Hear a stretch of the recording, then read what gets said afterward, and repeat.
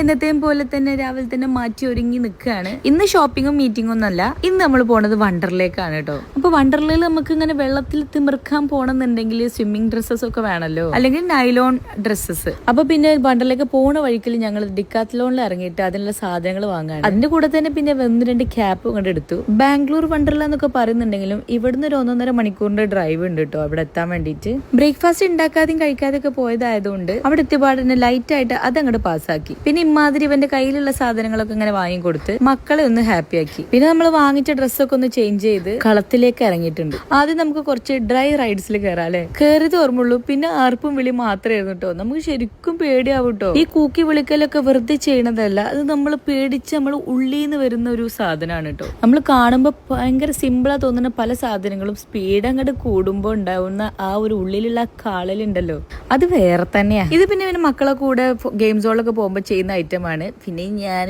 എല്ലാവരും കുത്തി അങ്ങോട്ട് മലർത്തി അതിന്റെ സന്തോഷത്തിലുള്ള വരവാണ് കേട്ടത്. അടുത്തത് ബാബി ഇത് സിമ്പിൾ ആയിട്ടാണ്, ഇതിൽ കൂളാണെന്നൊക്കെ പറഞ്ഞ് കയറ്റിയതായിരുന്നു. ആദ്യത്തെ ഇതിൽ തന്നെ ഇതാ കുത്തനെ നിന്നപ്പോ എന്റെ കിളി അങ്ങോട്ട് പാറി. പിന്നെ ഞാൻ ഫോണൊക്കെ എടുത്ത് വെച്ചു. എയറിലൊരു 1 മിനിറ്റോളം കുത്തനെ നിർത്തുന്ന ഐറ്റാണ് കേട്ടത്. ഞാൻ മനസ്സിൽ ബാബിനെ വിളിക്കാത്ത തെറികൾ ഉണ്ടായിരുന്നില്ല കേട്ടോ. അതിനുശേഷം സുജി കുഴി ചടിച്ചതായിരുന്നു ഇത്. കുറെ ഹൊറർ സാധനം. ഹൊററും എനിക്ക് പേടിയായതുകൊണ്ട് പുറത്തെത്തിയിട്ട് നന്നായിട്ട് വെള്ളം കുടിച്ചു. സത്യം പറഞ്ഞ ഇവരെ കൊണ്ടൊക്കെ ഞാൻ ശരിക്കും തോറ്റിട്ടോ. ഇതിന്റെ ഒക്കെ ക്ഷീണം മാറ്റാൻ വേണ്ടിട്ട് ഈ ജസ്റ്റ് ഇരുന്നാ മതി എന്ന് പറഞ്ഞിട്ട് അടുത്ത ഐറ്റത്ത് കയറ്റിയത്. ഇരുന്നതേ ഓർമ്മ. അത് താഴോട്ടേക്ക് വരുമ്പോ നമ്മുടെ ശരീരത്തിൽ നിന്ന് എന്തോ ഒരു സാധനം മുകളിലോട്ടേക്ക് പോണ പോലെ തോന്നി. ഞാൻ വിചാരിച്ച് ചത്തി. പിന്നെ മക്കൾ എന്തിലേക്കൊക്കെ കയറി, ഞാൻ എല്ലാത്തിനും ഒന്നും വിട്ടുപിടിച്ചു. അതിലൊക്കെ കയറിയതുകൊണ്ടാണ് ഇത് കുറച്ച് സിമ്പിൾ ആയിരുന്നു. ഇത് എനിക്ക് ഇഷ്ടപ്പെട്ടു. പിന്നെ ഉച്ചയായപ്പോഴേക്കും ഞങ്ങൾ വിശന്ന് വലഞ്ഞ് അങ്ങോട്ട് സൈഡ് ആയിട്ടുണ്ടായിരുന്നു. അപ്പൊ ഫുഡ് കഴിക്കാൻ പോയി. ഫുഡ് എന്തൊക്കെയോ ഫുഡ് എടുത്തിട്ടുണ്ട്. ഇതൊന്നും ഞാൻ ഡീറ്റെയിൽ ആയിട്ട് പറയണില്ല, കാരണം അതൊന്നും എന്താണെന്ന് നോക്കാനുള്ള ശക്തി പോലും എനിക്ക് ഉണ്ടായിരുന്നില്ല എന്നുള്ളതാണ്. പിന്നെ കുറച്ച് ഡെസേർട്ടും കഴിച്ചു. പിന്നെ എല്ലാവരും വാട്ടർ റൈഡ്സ് പോകാന്ന് പറഞ്ഞിട്ട് സ്വിമ്മിംഗ് പൂളിൽ പോയി ചാടാൻ പോയിട്ടുണ്ട്. അതിന്റെ ഇടയിൽ ഞാനും സുജിയും ബാബിയും മാത്രം ഈ ഒരു സംഭവത്തിൽ കയറി.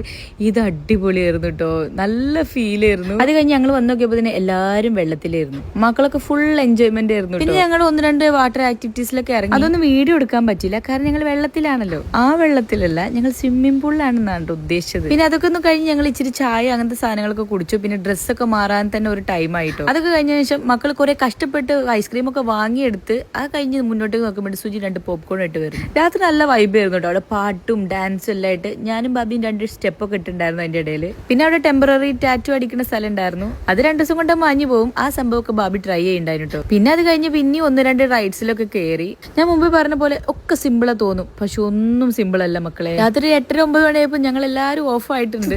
10 മണി വരെ ടൈം ഉണ്ടായിരുന്നെങ്കിലും ഞങ്ങൾ വേഗം ഇറങ്ങി കേട്ടോ. അവിടുന്ന് ഫോട്ടോസ് എടുക്കൽ കുറവായിരുന്നു, അതുകൊണ്ട് മക്കൾ 2 ഫോട്ടോസ് എടുത്തു. ഞങ്ങളും മക്കളും എല്ലാവരും ഒരേപോലെ സൈഡ് ആയിട്ടുണ്ടായിരുന്നു കേട്ടോ. പിന്നെ തിരിച്ചു പോകാൻ വേണ്ടി കാറ് കയറിയത് ഓർമ്മയുള്ളൂ. അപ്പൊ ശരി, ബൈ.